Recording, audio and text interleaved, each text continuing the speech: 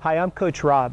In this video, I wanted to break down something that causes people a lot of discomfort when they're training, and that is trying to eat foods that are too complex relative to the intensity that they're training at. I'm going to use a runner, for example.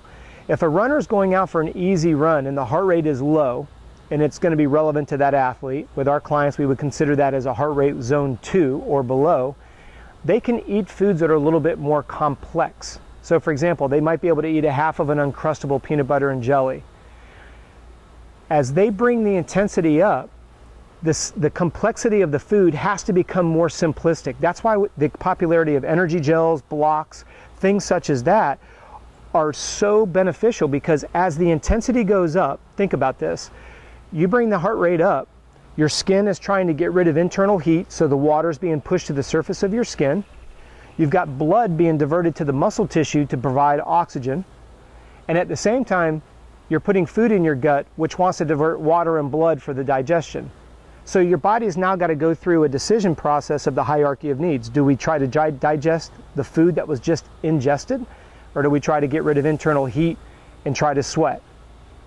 So when you put the body under that kind of decision-making process, and then you add, we live here in Florida, the heat and humidity.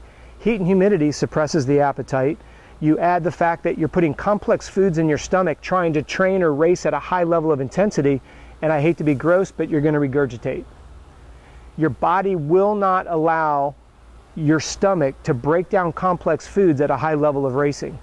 So if you're doing something in a high heat, high humidity, high intensity environment, you're going to have to keep your calories predominantly liquid and or in a gel, because that is one step away from stored glycogen. Think about it. When you eat a carbohydrate and it stores it in the muscle or the liver, it's stored as glycogen. That is the easiest form of energy for your body to utilize. Well, you've only got about 60 to 80 minutes stored in the average body, so you're going to have to look into some other source of calories if you're training or racing beyond an hour. If it's going to be a high intensity of an event, then you have to go with more simplistic types of foods, sugars that need to be easily digestible.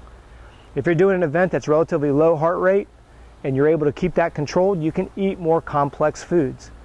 The reason why I wanted to put this video together is we've had people that want to say a particular food product doesn't work, and that's not true. You're using the wrong complexity of food for the intensity that you're doing. I see this all the time. People will try a particular nutritional product and go, oh, it doesn't work. But it works for everybody else. Well, then we start doing some due diligence and we realize it didn't work for the athlete because he or she was in heart rate zone 5 trying to eat something that's more complex of a food. Take like an Uncrustable peanut butter and jelly. You can't eat that at a heart rate zone 4 or 5.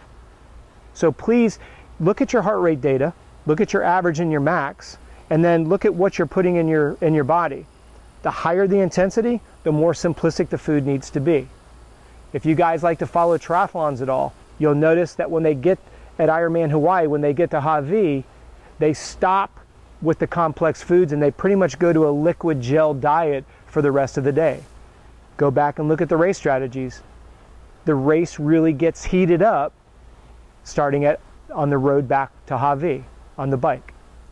So I wanted you guys to understand behind the scenes what's going on, so that if you try to train at a high intensity level, make sure your food source is simplistic and easily digestible. We consider it being assimilated from what you put in your mouth and being able to convert that into energy.